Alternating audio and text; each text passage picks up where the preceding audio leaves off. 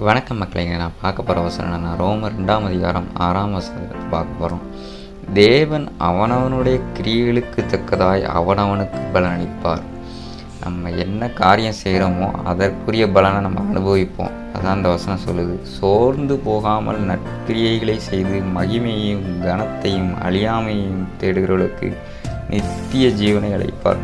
அதாவது சோர்ந்து போகாமல் நல்ல காரியங்களை செய்கிறவங்களுக்கு மகிமையையும் கனத்தையும் அழியாமையையும், அதாவது நம்ம அந்த உலக பிரகாரமான காரியங்கள் இல்லாமல் கடவுளுக்கு பிரியமான வாழ்க்கையை வாழ்ந்தால் நமக்கு நித்திய ஜீவனை கொடுப்பாராம். அதற்கு மாறாக சண்டைக்காரராக இருந்து சத்தியத்திற்கு கீழ்ப்படியாமல் அநியாயத்திற்கு கீழ்ப்படிந்திருக்கிறவர்களுக்கோ உக்கிர கோபாக்கனை வரும். யாருக்கு உக்கிர கோபாக்கனை வருமா? சண்டைக்காரராக இருந்து சத்தியத்துக்கு கீழ்ப்படியாமல், அவருடைய கட்டளைகளுக்கு அவருடைய கற்பனைகளுக்கு கீழ்ப்படியாமல் அநியாயத்துக்கு கீழ்ப்படிஞ்சிட்டு இருந்தோம்னா நம்மளுக்கு என்ன வருமா? உக்கிர கோபாக்கனை வருமா? அப்போ நம்மளுக்கு என்ன வரணுங்கிறது நம்மளுடைய கிரியைகள், நம்மளுடைய செயல்கள் தான் தீர்மானிக்குது.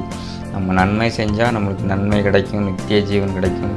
நம்ம அநியாயம் செஞ்சால் நம்மளுக்கு உக்கிர கோபாக்கனை வரும். அதன் மூலமாக நம்ம நரகத்துக்கு தான் போக முடியும். அதான் அந்த வசனங்கள் நம்மளுக்கு உணர்த்துது. நம்ம எப்படி இருக்கணும்? நம்ம வாழ்க்கையில் சோர்ஜி பார்ப்போம். நம்ம